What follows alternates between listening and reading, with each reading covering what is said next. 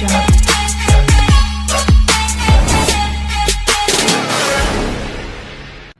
Welcome friends, स्वागत है आपका हमारे यूट्यूब चैनल सर्प मित्र संजय नंदुरबार में। दोस्तों, अब तक क्या आपने हमारे जो भी वीडियोस देखे वो सभी स्नेक रेस्क्यू के बारे में ही देखे। आज हम बात करने वाले हैं स्नेक बाइट के बारे में।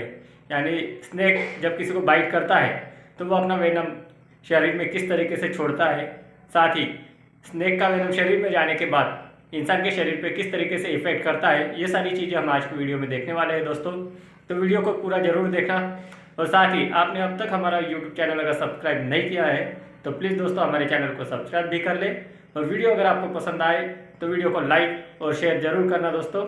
तो चलिए वीडियो स्टार्ट करते हैं।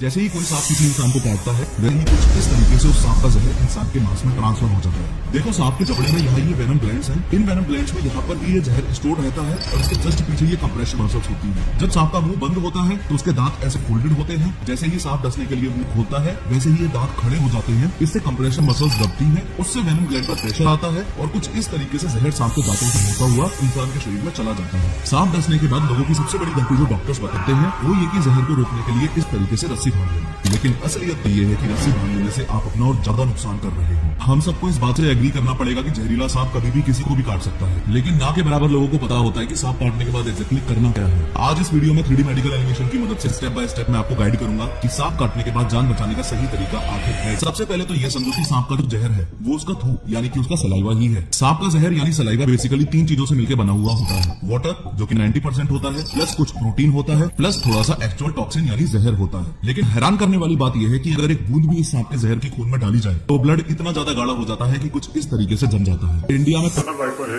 और आज हम इसी का एग्जांपल लेंगे दोस्तों, जिसे भारत का सबसे खतरनाक सांप होता है तो ये आपके फ्लैश में यानी कि ये आपके मांस में अपना जहर छोड़ देता है। अब लोग ये सोच के रस्सी बांध देते हैं कि रस्सी बांधेंगे तो खून रुक जाएगा, और खून रुक जाएगा तो जहर भी रुक जाएगा। लेकिन असलियत तो ये है कि इनिशियल लेवल पर सांप का जहर आपकी ब्लड वेसल्स में यानी आपके खून में ट्रेवल करता ही नहीं है, वो आपके लिम्फेटिक सिस्टम में ट्रेवल करता है। इस कॉन्सेप्ट को एक बहुत ही सिंपल एग्जांपल से समझो। इमेजिन करो, ये जो सिटी है ये आपकी बॉडी है और ये जो हाईवे जा रहा है ये आपकी ब्लड वेसल्स है, यानी इनमें ही खून रहता है। अब हाईवे के बगल में ये जो आपको सर्विस लेन्स दिख रही है यही आपका लिम्फेटिक सिस्टम है। लिम्फेटिक सिस्टम में भी व्हाइट ब्लड सेल्स ट्रेवल करते हैं और इसका मेन काम होता है आपकी सिटी को यानी कि आपकी बॉडी को क्लीन करना। चौंकाने वाली बात यह है कि इनिशियली सांप का जहर भी इन सर्विस लेन्स में ही यानी इस लिम्फेटिक सिस्टम में ही ट्रेवल करता है, आपके हाईवे पे नहीं यानी आपके ब्लड वेसल्स में नहीं। इसलिए सांप काटने के बाद जैसे ही आपने रस्सी बांधी वैसे ही आपने सिर्फ हाईवे पर बैरिकेड लगाई है। सर्विस लेन्स अभी भी खुली पड़ी है और जहर उनके थ्रू आपकी बॉडी में ट्रेवल ऑलरेडी कर चुका है। इसलिए रस्सी बांधने से आपका नुकसान कुछ ऐसे होगा कि हाथ के उतने हिस्से में पहले तो ऐसा एडिमा डेवलप हो जाएगा, फिर ऐसे ब्लिस्टर्स पड़ जाएंगे और हाथ नीला पड़ जाएगा, और सबसे लास्ट में कंपार्टमेंट सिंड्रोम की नौबत आ जाएगी, यानी मसल्स पर इतना प्रेशर डेवलप हो जाएगा कि वो वहां से फट जाएंगी। सो बात की एक बात यह है कि सांप काटने के बाद अगर आपने रस्सी बांधी तो जहर तो शरीर में वैसे ही फैला, ऊपर से हाथ काटना पड़ेगा वो अलग। साथ ही ये बात भी याद रखो कि ये इनिशियल स्टेज थी, वरना ऐसे तो सर्विस लेन्स लास्ट में जाके हाईवे में ही मिल जाती है। हाँ, बॉडी में भी सांप काटने के बाद जान बचाने के लिए अगर सबसे घटिया हरकत कोई की जा सकती है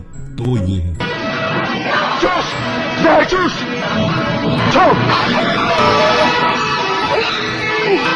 जहर चूसना नहीं होता, ऐसा करने से एक नहीं दोनों ही मरेंगे। खैर, मॉडर्न मेडिकल साइंस का मानना है कि सांप के काटते ही सांप से दूर होने के बाद सबसे पहली कोशिश आपकी ये होनी चाहिए कि परेशान नहीं होना है, शांत रहना है। मैं समझ सकता हूँ कि उस समय शांत रहना असंभव है, इसलिए आपको बता रहा हूँ कि दुनिया में सिर्फ 30% सांप ही जहरीले होते हैं, 70% तो नॉर्मल सांप ही है, और जो 30% जहरीले हैं उसमें से भी 50% चांसेस हैं कि सांप ने जहर इंजेक्ट किया ही नहीं, जस्ट आपको डराने के लिए उसने ड्राई बाइट किया था। मॉडर्न मेडिकल साइंस ये भी कहती है कि जहाँ सांप ने आपको काटा उस लिम्फ को बिल्कुल भी मूव नहीं करना है, क्योंकि जितना ज्यादा मूवमेंट करेंगे पूरी बॉडी में वेनम उतनी ही ज्यादा तेजी से फैल जाएगा। डॉक्टर्स का मानना है कि उस एरिया से ज्वेलरी और टाइट क्लॉथिंग भी टोटली रिमूव कर देनी चाहिए। गाइडलाइंस ये भी है कि सांप काटने के बाद किसी भी सपेरे या तांत्रिक के पास बिल्कुल नहीं जाना है। सांप के जहर से बचाने के लिए 2 रियली इंपोर्टेंट बातें ये हैं कि या तो आपके पास या जिस भी पर्सन को आपने हेल्प के लिए बुलाया है उसके पास सांप की फोटो या डिस्क्रिप्शन होना बहुत जरूरी है, और सांप ने कितने बजे आपको काटा ये बात पता होना भी बहुत जरूरी है। इनफैक्ट गाइडलाइंस तो ये भी कहती है कि सांप के काटने के बाद जैसे ही आप घाव धोके उसमें बैंडेज लगाते हो तो उसके ऊपर ही सांप के काटने का अप्रोक्स टाइम भी लिख देना है। ऐसा इसलिए बोला जाता है कि हॉस्पिटल पहुंचते पहुंचते अगर पेशेंट बेहोश हो भी गया तो भी डॉक्टर को तो सही डिटेल बैंडेज पर दिख ही जाएगी। और सांप की फोटो खींच के रखने वाली बात के पीछे लॉजिक ये है कि एंटीवेनम्स बेसिकली 2 प्रकार के होते हैं, मोनोवेलेंट और पॉलीवेलेंट। आगे बढ़ने से पहले एक बात ये भी अच्छे से समझ लो कि सामने टेबल पर रखे हुए ये जो एंटीवेनम्स आपको दिख रहे हैं सांप काटने का